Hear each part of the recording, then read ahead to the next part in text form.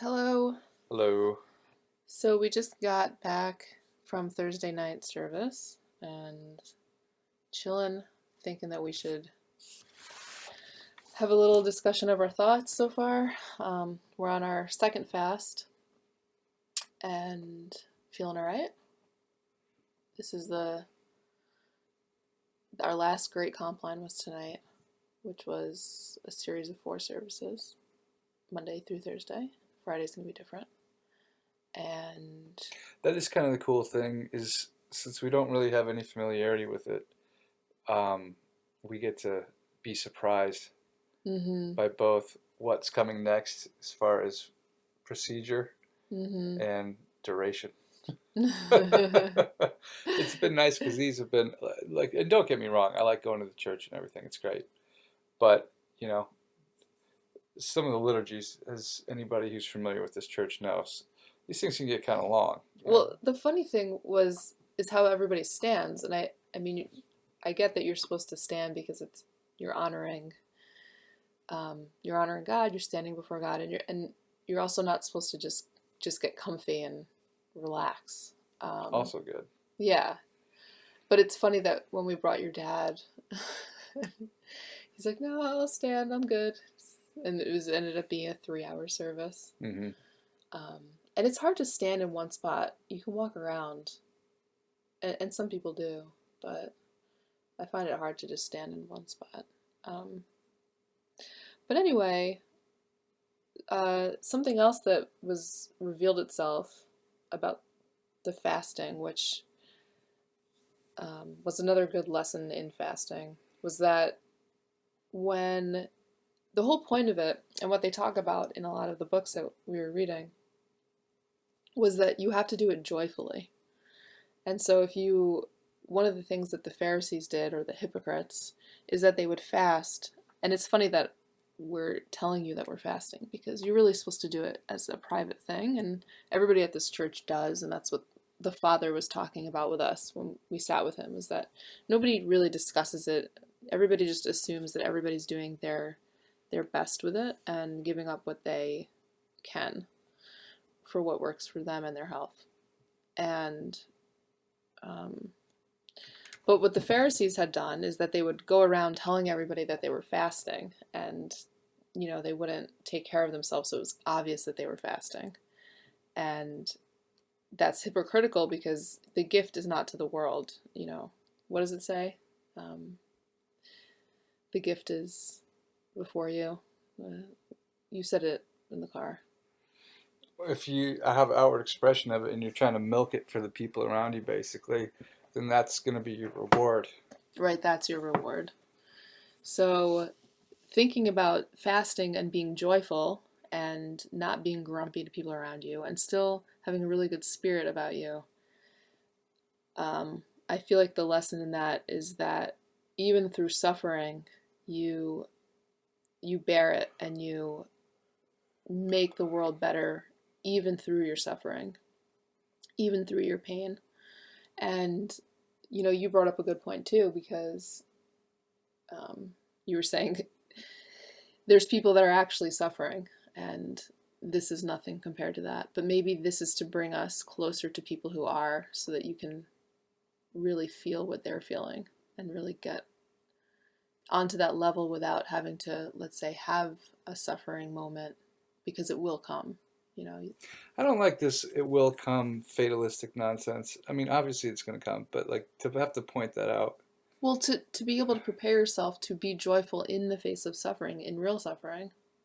That's what I'm saying. I don't even think that that's the point. I think that that's all secondary to. It's all about your alignment with God. Whether or not that helps with suffering is kind of a bonus, but it's not the point. I But mean, then why would we be doing this if there wasn't something to be learning from it? because the thing about Orthodoxy that seems to be standing out is that it's a very active uh, religion Mm-hmm. in a way that Protestantism, for example, can be, but isn't oftentimes.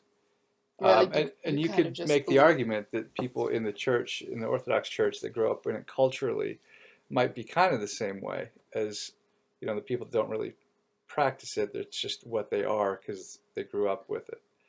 And I think you probably get that a lot. But the whole point of this seems to be really living a life that's reflective of the belief system that you may have in Jesus Christ. And as a result, having the discipline to orient yourself and deny yourself your sinful nature in order to align yourself with God and be in constant prayer and communion with God, the fasting seems to be a tool to help you develop that. Mm. And then again, there's a lot of, I think, benefit that comes from that as a result, but it's not really the point of it. Okay, so it's a secondary lesson, I guess, which is fine.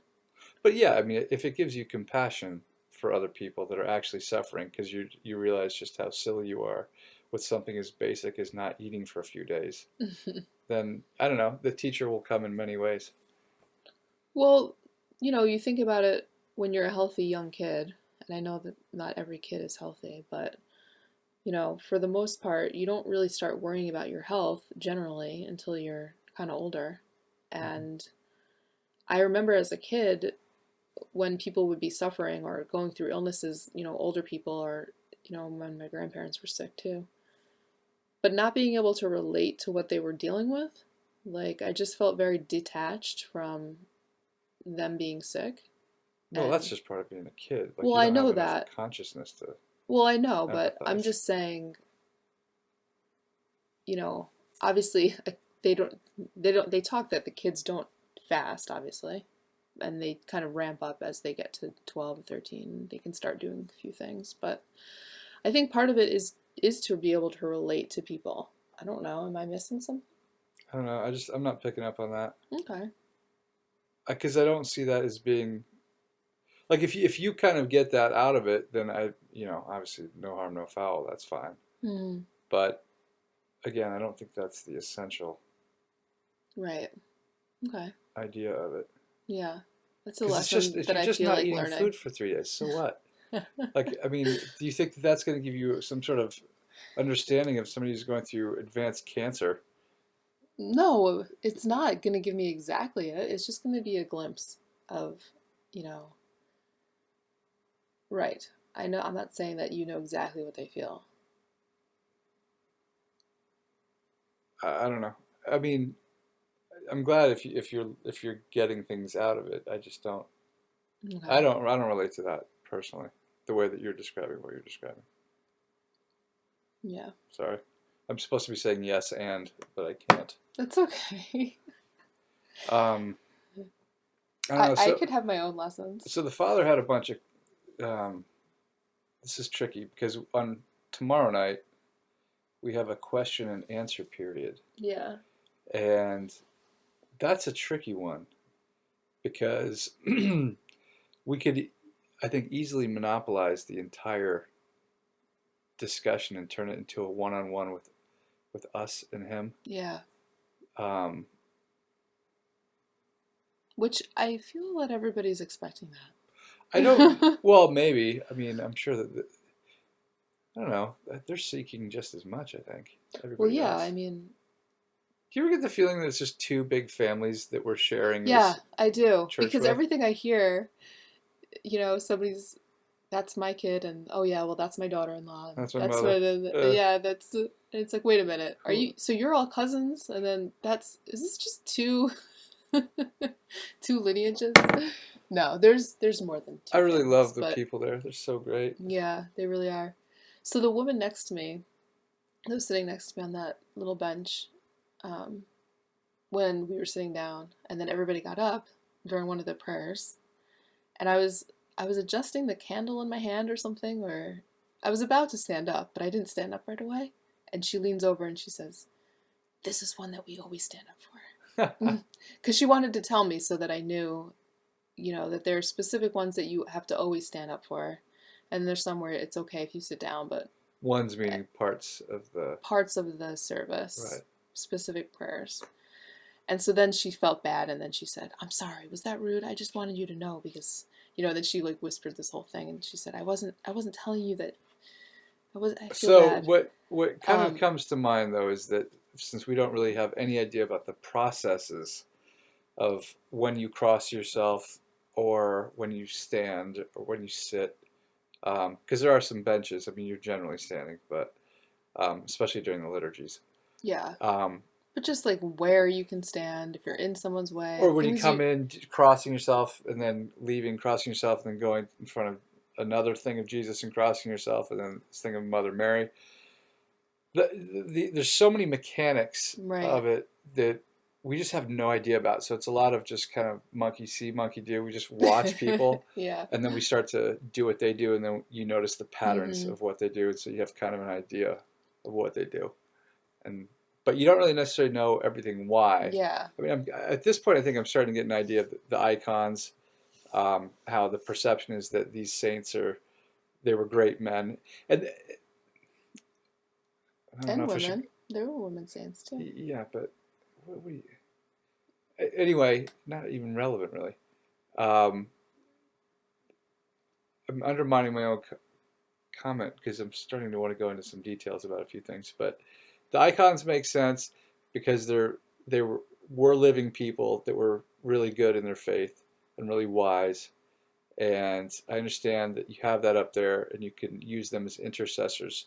I find it from my standpoint, it's really bizarre praying through somebody who maybe is got like a closer line in with God because they lived a better life than you, and they're according to this faith, they're still happening in the afterlife, and so they're able to intercede. And I guess Mary is one of those things. Mm-hmm. But I have a really hard time understanding the veneration of Mary. On the one hand, I understand because she gave birth to the Son of God. I mean, that's obviously a big deal. But I also don't really see. I don't know what. I still don't get what the big deal is about her all that much. I mean, I'm open to learning. I don't. It just doesn't quite click at this point with me. Mm-hmm. Um, and the other thing I guess that it all ties into that I was kind of pausing at a second ago is that with all of this, it's really hard to. You have a conception, and I think that right now, I'm personally, probably you are too, we're doing this in a really cerebral way where we understand the concept, but the reality of it hasn't quite linked into us yet. And so, I mean, even having been Christian formerly as a kid, um, I don't know. There's just something hard to, Jesus walked around and was crucified, and these saints did what they did, and they lived lives that are well documented, and you know about them, you hear about them. It's cerebrally there, you get it, but it's really hard to imagine them as real people doing things. They're real, they were real, but to really get into the space as if like you can really get on board with it. It's kind of like with traveling. You'll see pictures in a magazine of what Venice of all places is, and so you'll get what Venice looks like, and you'll get the whole idea about it. But it's a totally different thing when you're there and you're in Venice and you're smelling things and you're talking to people, and it's you're having an experiential knowledge of the place rather than just seeing it from a distance. Mm-hmm. And so that's how I feel about the church right now, is that I'm trying to get that transition, that bridge, that flight across the Atlantic to where it goes from looking at a picture in a magazine to experiencing it. Mm-hmm. Because like we're there, we see it, Yeah. but the whole essence of it is not this. We get it, but it's It, not like it's kicking in. yeah. And I don't know what it, well, I don't know. I assume all these things are coming. I just think it's, Yeah. Well, I've had moments just reading the Bible myself with just the truth tears, you mm, know, of that very deep, oh wow, like something's really hitting me. And I haven't really had that in the church. And I wonder if it's also just the lacking privacy of it. because sometimes things are easier for me to feel when I'm alone. It's also hard to have Um, a quiet mind in the it church. is. When we walked in tonight, so this thing starts at 6, and by the time you get out of work and we're able to get changed to get there, it's we're a few minutes late. So there's already people there. We're trying to catch up, and that's normal because people have lives they're transitioning from to get there. Um, but it's really hard to kind of get into the flow of things, and so you're distracted the whole time, and you're not really focusing, at least in particular in the beginning when you first get there. And so it takes a while to get your head into the space, and you're preoccupied with am I in everybody's way? You're trying to find your place in the book. Um, so there's noise there, and it takes a while before you can kind of settle into things. And then even then, when you're trying to focus, your mind can wander. Um, I find that to be a challenge. Hmm. Just trying to be present. Um, and even if you're trying to be present, your brain will wander. Yeah. So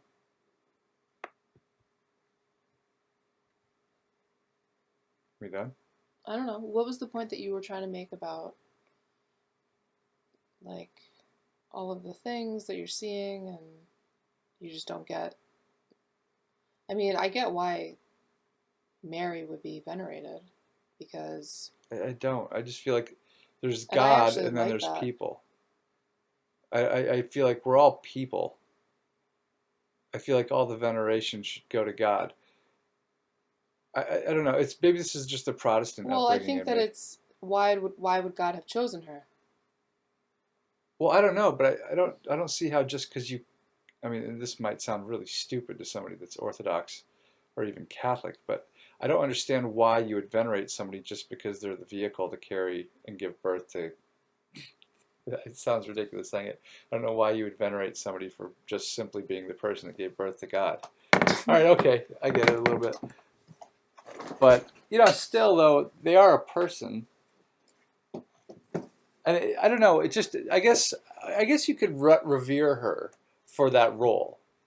I, But the idea of praying to her on behalf, of an intercessor to be an intercessor for you and to pray for her so that on behalf of you she would pray to God. because she has a connection to Yeah, her son. but again, this is probably a Protestant thing, but I just feel like we all have the connection. Okay, I get what you're saying. I feel like it represents the pureness and like the unadulterated person, like not, and that's kind of why they hit on that. Um, but I don't know enough. I don't either. I mean, that's maybe something we can ask him. But so with that study session, well, I guess it's just a question and answer session. I don't really know what to ask him. I have about 1,000,001 questions, but they kind of come up in context. Yeah, you And have to be so, doing stuff as you're. right. So on the spot, like right now, I'm drawing a blank. I I don't don't know. know. I have a few things I could write What would you ask? down. Well, I'm curious about how many of the traditions are based in the Judaism that was practiced at the time, because I've noticed similarities Mhm. in some of the rituals, and I'm just curious what kind of things carried over. Would we want to get into the can of worms about the different uh, splits and factions kind of within Eastern N- Orthodoxy or Nah, versus Catholics? I mean maybe a little bit, but I don't want to go down a whole thing. Um, but anyway, getting back to the woman in the church that was telling me that you stand, and she felt that she was kind of rude, but I didn't think she was, and so I told her, no, no, no, I like that you're telling me, because a lot of people are kind of almost, there's the whole thing of not wanting to be pushy on other people and tell them you're doing this wrong, you're doing this wrong. So some of it is, we want to learn the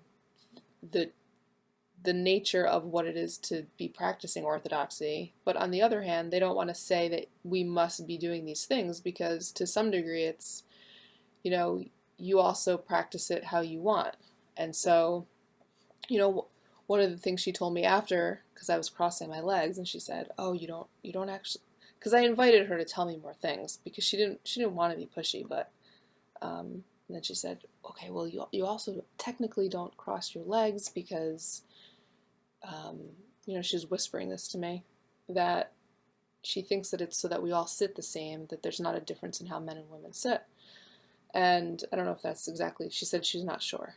But if I was to cross my legs, it's not like somebody's going to look at me and judge me for it, is what she was saying. I think There's just the standard right. practice. This links into the question though: where do a lot of these etiquette, so to speak, things Hmm. come from? And that's what Martha said, that these are little t traditions with a little t. Right. Like, how did That, the traditions get started? yeah, right, that they just kind of get passed Like, down let's say they started generationally. at the first church, right? Okay, fine. But even then, how did they come up with these ideas to, okay, we're gonna get down and prostrate ourselves onto the 12 floor times. 12 times, and then why are we gonna say Lord have mercy 3 times, and this other time we're gonna say it 40 times?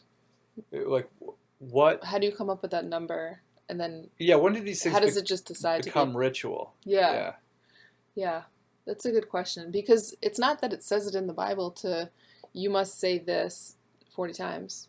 But this is the thing about Orthodoxy, though, is that so this concept of solo scriptura, from a Protestant standpoint, is that the Bible is the end all be all of Scripture. You just need the Bible, and that's it. Right. But according to Orthodoxy, who put the Bible together, no.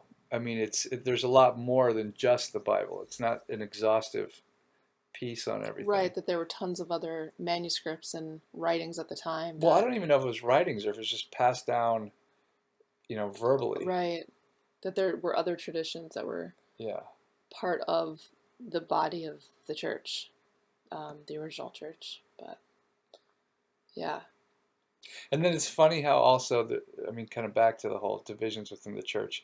Everybody has an opinion on, oh, well, so you tell people what you're doing, and on her Twitter account, she tells people what she's doing, and then everybody chimes in with, oh, you should try this, or you should look into this, or, yeah, I mean, there's that, but a lot of these people are against that, and maybe you should check out this version of that, because this seems to be where most people are at. And it's just funny how everybody claims to have the true way. mm-hmm. Whatever the religion, no matter whether Right, it's a big difference and you're talking about, like Islam versus Mormonism, or if you're talking about just subtle differences within uh, doctrine of one form of Eastern Orthodox versus another. Each one seems to claim that they are the way. right.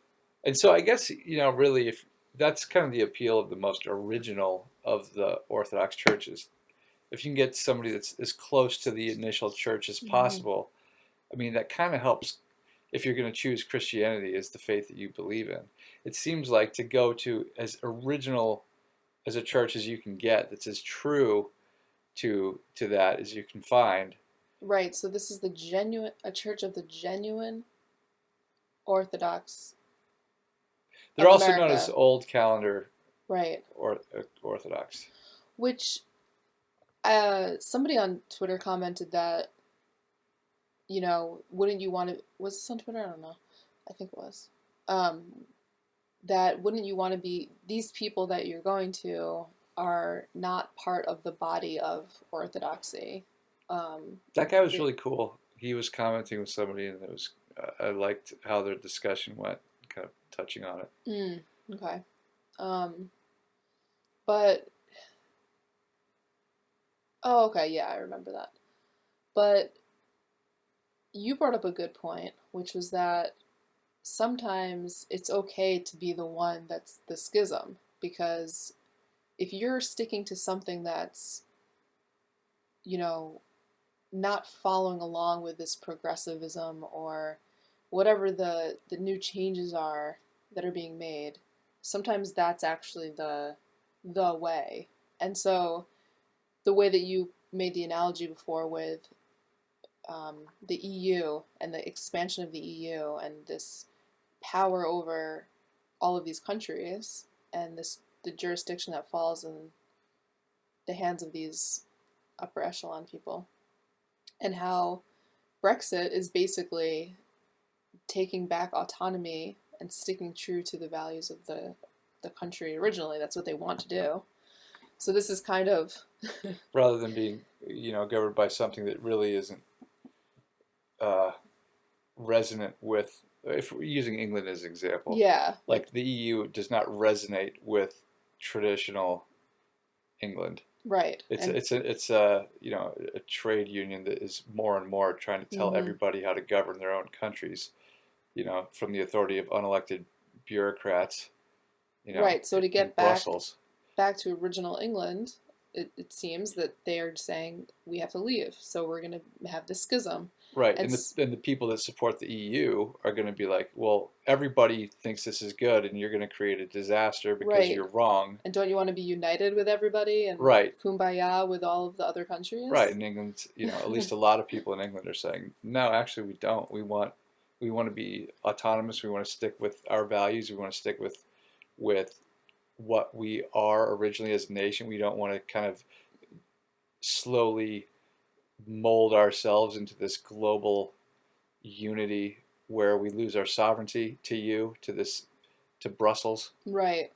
even if it is for good trade deals. But again, Right. And he brought up the who's that same, really benefiting? right, a similar analogy with you could probably get a lot by being part of the, you know, Orthodox Church of America or I don't know. It's hard to remember which one's which. so the But the OCA, standard Greek church or the yes. Moscow, like the current Moscow Patriarchy, instead of Rokor, which, if anybody doesn't know anything about Orthodoxy, this is starting to get kind of in the weeds. Um, but these are all different sects. Sects? Is that the right term? Sects, Or like would you say denomin denominate? I don't know I how don't you know. classify I it. think that there would be sect because the denomination would be Orthodox. I don't really Uh, know. But anyway, I do feel that there is merit to being the one that stands up aside because that doesn't turn me off initially. It doesn't make me think, there's something wrong here. I could see the argument for it, but well, again, kind of one of the things that is the appeal to this church is that where we've come from that brought us to God in the first place was from the political arena. And the political arena spans not just politics, but it spans kind of social norms and what's happening in our cultures. And it's weird how everything is kind of at the same time having these same movements across the ocean in America and Europe, and it's almost like it's all orchestrated for this kind of globalist push. And a lot of people don't think like we think, um, but we come from our interpretation of the world we feel is valid. We feel that it's kind of the correct interpretation. Um, and obviously, other people are going to think differently, and that's fine. Think whatever you want, even if it's totally different from how we think. But we do think how we think, and that shapes our worldview. And in our worldview, it seems like a lot of the church stuff can kind of align with what your worldview is. And if you have kind of a leftist minded worldview or a global community worldview that's kind of, for lack of a better term, and in fact, maybe it's the best term, but is kind of socialistic in nature, um, you're going to find an appeal to the EU. You're going to find an appeal to kind of churches that are willing to maybe bend the rigidity of their fundamental doctrines so that everybody can kind of have a kumbaya. mm-hmm. And Yeah, they say we'll ignore this thing, we'll ignore that. even if it's just little stuff, but we're not cool with that because we reject that worldview. Um, Again, out of love and not out of hate. Like this is not a thing where, you know, Well, that worldview just leads to this progressivism of chaos and everything falling apart, and and little bits of yeah, sliding morality is not adhering to absolute truth. And so the appeal of this church seems to be that they're trying to stay as original as possible to the original mm-hmm. churches. and the ecumenical councils, um, or and Nicene councils or whatever. and things that really work, things that are practical for, I don't know. I just see that if you start sliding on anything, It starts small. It it always starts starts it small. always, yeah. And it's funny because there was um somebody that, there's so many Twitter things today, but essentially the whole sexual revolution with an abortion, and basically sex inside marriage was the only blessed sex allowed, and even heterosexual sex outside of marriage was sinful, and homosexual sex was sinful in the same way, and the only one that was not was inside the bounds of marriage.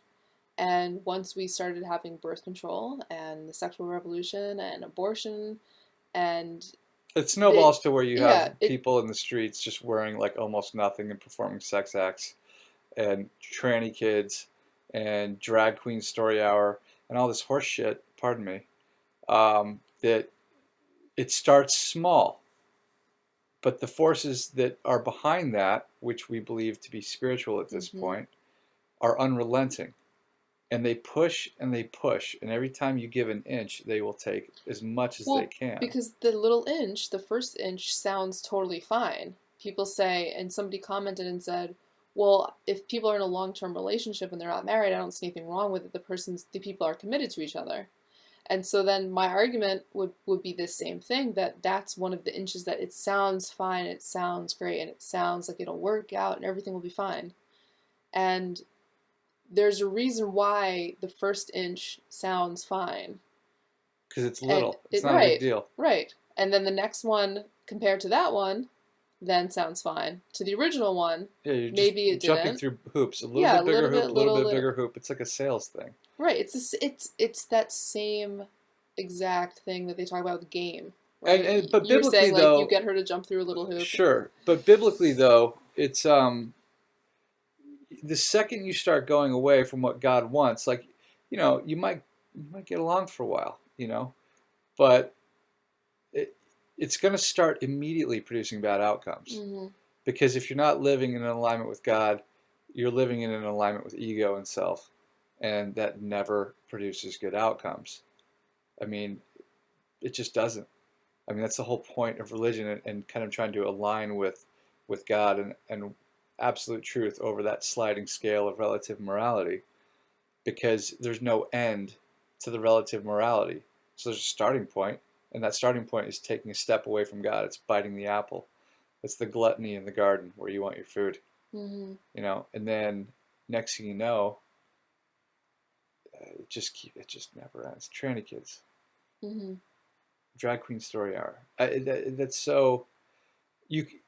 I've lived long enough to where I've seen the arc of how it's gone from homosexuality is not accepted. And by the way, it's in no way to say that you don't love people who might be in some homosexual relationship or fornicating or whatever. You absolutely love everybody, because the battle is not about them. It's the spiritual battle that's working through these people. And in fact, you end up having a really strong compassion for the people, and it's not just limited to homosexuality or anything like that.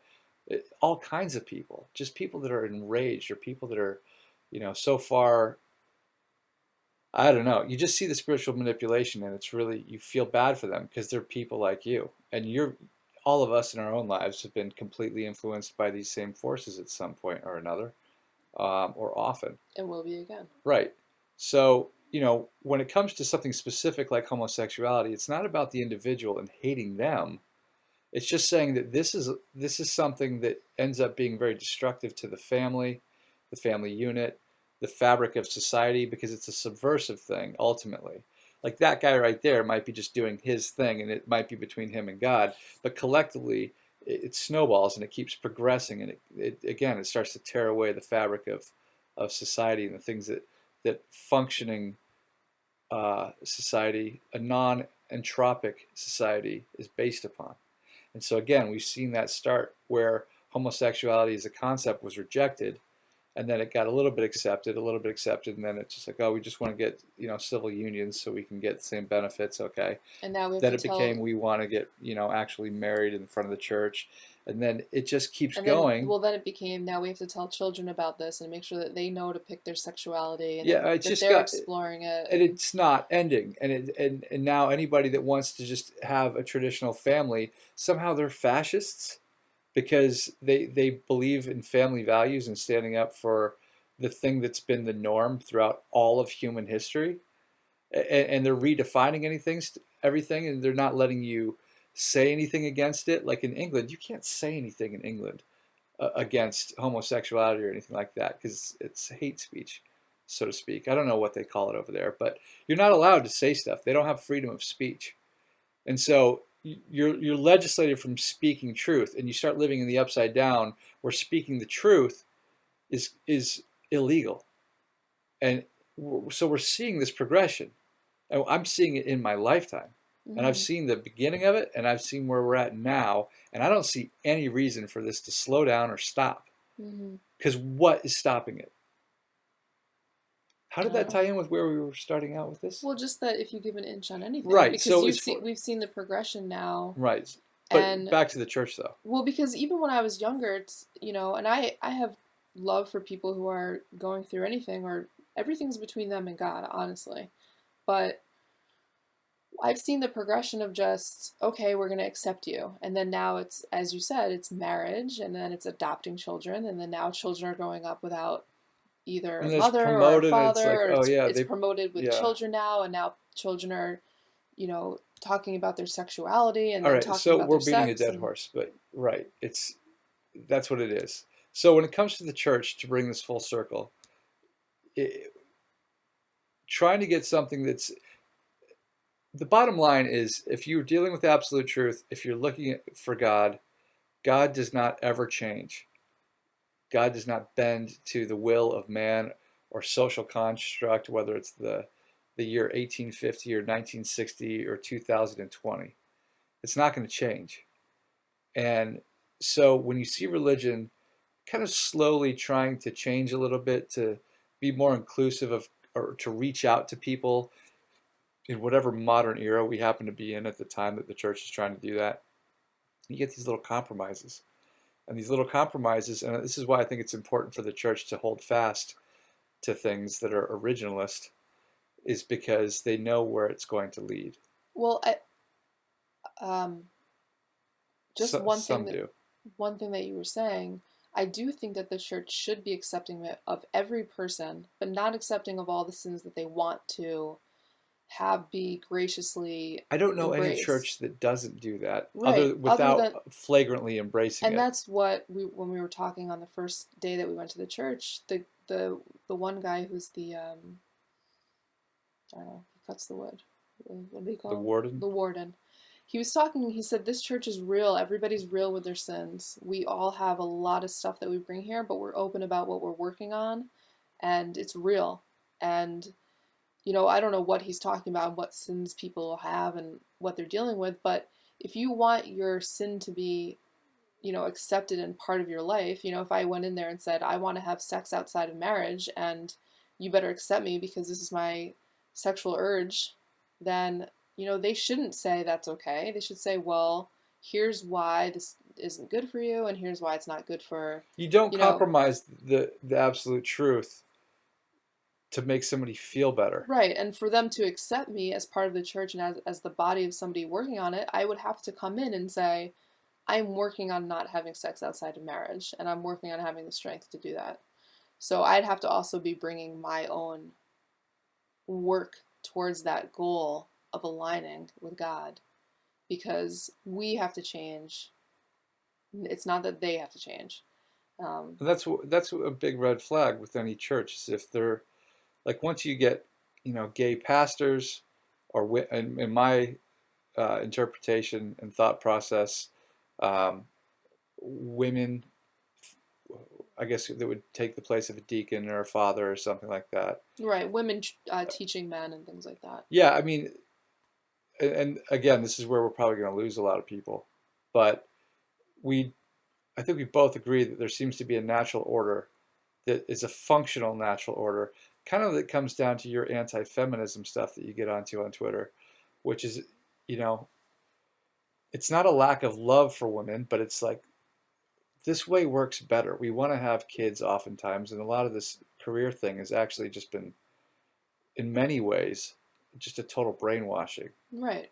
And, And that's what I like about the venerating of the Virgin Mary, because it's kind of showing this role that you give life to everything, and the role that you have as a mother is the most important thing that you're ever going to do. And I know that not every single woman will have children, and that they, there are saints that don't have children, but and you could still give to the world. This is not saying that you can't, but removing something that's so essential to womanhood and saying that it's just something that you might pick, if you want to, is so outrageous. I don't think. Um, Let me reverse engineer this though. I don't think that the church can allow like homosexual pastors or preachers or fathers or whatever, and I don't think that they can allow women leadership um, at the level at higher levels because um, that's kind of bending to what's contemporarily happening in the world right now. right. And and so as you buckle to social pressures, then you start to really put those social pressure norms above doctrinal norms. And again, if you're talking from a position of absolute truth, then you're not going to change your absolute truth to fit into society because then you're heretical and then you're not really, who are Hmm. you? Right. You have to stand firm because you have the truth on your side. And something that I love about the church, this one especially, is that it's a haven away from modernity. And it's a place to go where you can almost put the world on hold. It does feel like you're And back in time. yeah, you're back in time. And some of the other people had talked about that too, because you're going to this building that's just stone, and you don't feel any of the constraints of this modern life on you. And nobody has a cell phone out, and it, there's no electricity, so you just feel like you're very back in the world, back in time. You're grounded without the Yeah. noise around And you. so to say that because a lot of people think that it's a insult to say, you know, go back go back in time. Well, you want to go back to the whatever Yes. ages, and they use it as an insult. But then they say those aren't the world. That's not the world we live in anymore. They try to say that the religion should change because that's times have changed. You better catch up. And if the religion changed with times, we wouldn't need the religion because we already have the world that's changing around us. We already know what the world looks like, right? I could go to the middle of a city and listen to pop music and see all the clothing in the windows and what people are doing now. I don't need the church to be doing that too. I want something that's a solid, this is never going to change and will always be a safe haven for you to come to get Hmm. away from all that. Yeah. You can leave all your stuff in the car and just come in here, and this will always be here like this. Um, so I really like that. Hmm. So I do think that, and then there's two aspects. There's I think it's important for a church to kind of sort out their doctrines and where they find truth to be and where they find heresy to be, because that's kind of like patching holes in the hull of your ship, um, and Mm-hmm. it's gonna overall affect the passengers on the ship. Right. But as far as the people in the church that go, I don't know if they need to be overly preoccupied with the things that the church, I think, rightly needs to be preoccupied with. Right. Because I don't feel like if we're in an Eastern Orthodox church that's, let's say, it's Greek, like a traditional Greek one, and maybe it's a conservative Greek one instead of kind of one of the, you know, globalist kind of worldview, more lefty leaning churches that are more kind of lenient about a lot of things. Um, I don't necessarily know if it makes a difference one way or the other if we're practicing, generally speaking, an Orthodox faith um, in our walk with God. I don't think that we're going to be punished one way or another for not really having every single doctrinal difference right. I think that that's a matter for the church to handle. Hmm. Um, but what's our responsibility is to find a church that's in alignment with what we are seeking in truth and what is revealed to us as being as authentic as possible and as in alignment as possible, not to man and not to each other's churches and not to whatever political system is involved currently, but whatever really seems to be the most accurate in terms of original truth. Hmm. Um, But there is the concept of how do you want to worship God, right? mm, Because I was thinking about that today. There are some songs that I think could be a little bit catchy and joyful, and you are supposed to sing joyfully. That is in the gospel. Sing hymns of joy to me. And I find that the somber nature of the church is a little bit, you're there, you're worshiping, everybody's kind of doing their own prayers and, you know, kind of on their own in a sense in there. But it's a somber mood and people are venerating and praying and somber makes it sound depressing. yeah, that's not necessarily the right word, but I'm not sure what the right word is. Do you have a better one? Stoic? Stoic, yeah. It's a stoic place. People will. Well, they take it seriously Right. because I think, and again, that is kind of the one of the big appeals of Orthodoxy, is that this is like there's this tendency I think in Protestantism um, to believe in God, but only to the point where it's comfortable for you, and when you like you'll still get caught up in let's say politics or the world, and you'll really let it bend you out of shape, and it's like, well, wait a minute, if you have faith in God, and if you do believe everything that you say that you believe, then why are you getting so bent out of shape about things? First of all, why aren't you seeing the spiritual battle behind it all? And why don't you just have faith that God's in control of everything? Hmm. Because He is. And so if that's what you believe and you're dealing with God, then God's in control and He's letting things happen in a certain way according to His plan. So like it's like there's this it's like a 1 foot in belief and a 1 foot just not in belief. Whereas with the Orthodoxy, it's like, no, this is for real, and we're going to treat it like it's real, and we're going to treat like God the Father. You could kind of picture as the Old Testament God of the power and the capability of wrath, and the capability of anger, and the capability of just unbridled and unthinkable power that you don't want to be on the wrong side of. But also, even that God is a loving God, and then that love is manifested through Jesus, which is like the really loving of side of God, which is the forgiving part. And like, hey, come back. I don't want to judge you. I want to keep this relationship up. Um, and so there's kind of this reverence for it all, and then the Holy Spirit seems to be kind of the enacting of it in your life, and how you actually do live a life as though it represents what you believe. You believe in God, and your life will reflect that because you believe in God. You Hmm. believe in the supreme being. You believe in the thing that is the Right. So it creator of it sh- all. it shouldn't be weird that they want to spend 4 hours.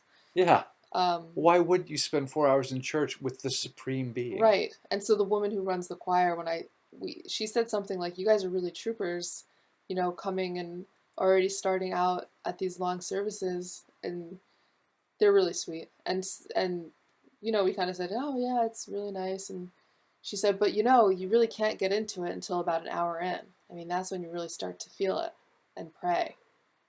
And it's funny how you can go to a short service at that Methodist church that we went to, and it's you're in, you're out, Mm-hmm. yay, praise God, bye. Kind of, yeah, yeah, yeah. But here they're very stoic.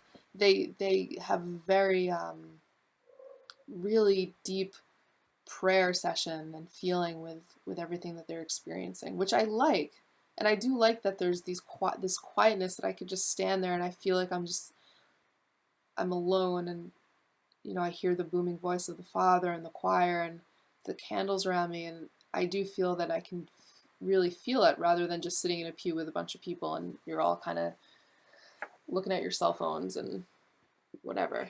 Yeah. Because I remember that kind of experience as well from temple as a kid. You're kind of joking around in the pew, and but anyway, I guess what I'm saying though is that I do wish maybe that there was a song or something that everybody sang together that was a little bit more upbeat and joyful, because I like that too. It would be nice if there was kind of more interaction in the singing. Mm-hmm. And it's hard because Orthodoxy, it's not Western music at all. And so being what it is, and there's little variations in the way that you do your singing to Mm-hmm. each particular thing. And what he was talking about in the study session was that um, I don't remember what the things were, the different liturgy. Like there's so many different ways of doing each one. Yeah, like each thing has its own unique tonal structure to it. And so there's a lot to know. Like the bottom line is that your average punter can't just figure out and sing along. Mm-hmm. Maybe if one particular bit is super repetitive, you might be able to sing along. Mm-hmm. But it's usually in something that's kind of not really something you can wrap your head around and just join in on. Right. So that's my only real. Sometimes I feel that way. I like that it's stoic, and I like that seriousness about it. But I do wonder, because I'm curious about other ways of worship, and if they're because I like singing and I like feeling spirited about it. So we'll see. Yeah, I wonder what it would be like after we finish this whole process of Lent and Pentecost, I know, because and they then did. go to a regular like Protestant church. Right. It might seem really just terrible. Well, it's funny though when he was talking about, yeah, you have to stay for Lent because by the time we have Pescha, we have this whole feast outside, and Oh, that's gonna be cool. he said, yeah, I remember he was saying that if you stay, you'll have such an awesome time because we all can finally have a roast and eat Mm-hmm. meat again, and there's alcohol, and we hang out all night and have a bonfire, and Yeah. we really celebrate um, Jesus and what he did, and so that that's pretty cool, and it would But be nice to see that type of thing happen. it's also from because the other emphasis of this church is this belief system, the Orthodoxy, is that there's a lot to do with the participation in the church, and it is a brotherhood, a family. It is Mm-hmm. a body of Christ that you're supposed to cultivate, and so it's kind of like in a weird way, like a team building exercise. Yeah, like Lent they're is all like this. icebreakers. Well, no, Lent is just this giant team building exercise where we're all in it. We're doing the fasting together to, one degree or another. Those of us who are going to all the services regularly, um, we're all just we're in this thing together. And so Right. when we kind of come to the conclusion of it, there is a bond that's been created by the people that have participated. Well, we were joking that it was like going through a Christian boot camp.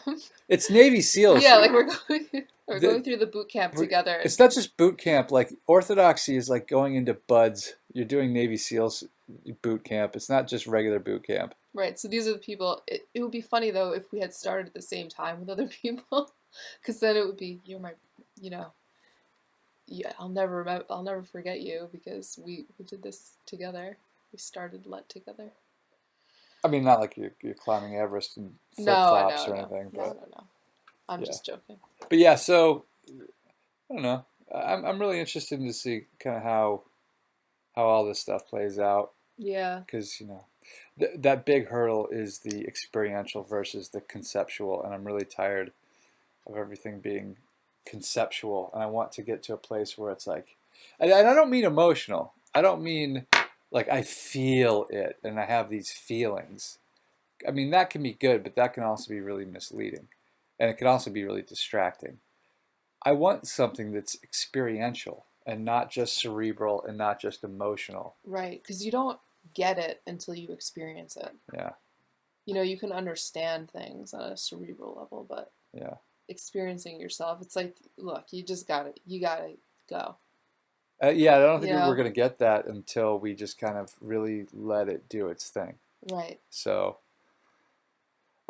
which isn't to say we don't believe in the fundamentals of it. Like, I mean, I definitely believe in Jesus Christ as the Son of God, you know. But again, there's belief and then there's belief. So, anyway, All so that right. should wrap it up. We're just under an hour. Yeah. Thank you for listening if you made it this far, and look forward to hearing your thoughts. Yeah, so I guess we didn't know we were going to start recording the first episode, so this is the second, obviously. So we're going to just try to kind of, as things impress themselves upon us, we're going to try to record our thoughts of everything. And Because, hopefully we'll get better at being more. yeah, this was impromptu. We didn't have Yeah. anything planned. We don't have any outlines or anything like that. We're just sit at our kitchen table and talk. This Yeah, is what this is right basically now. just us talking. So anyway, Thank you. yeah, Thank you again for listening, and we're gonna go pass out. yeah. Have a good night.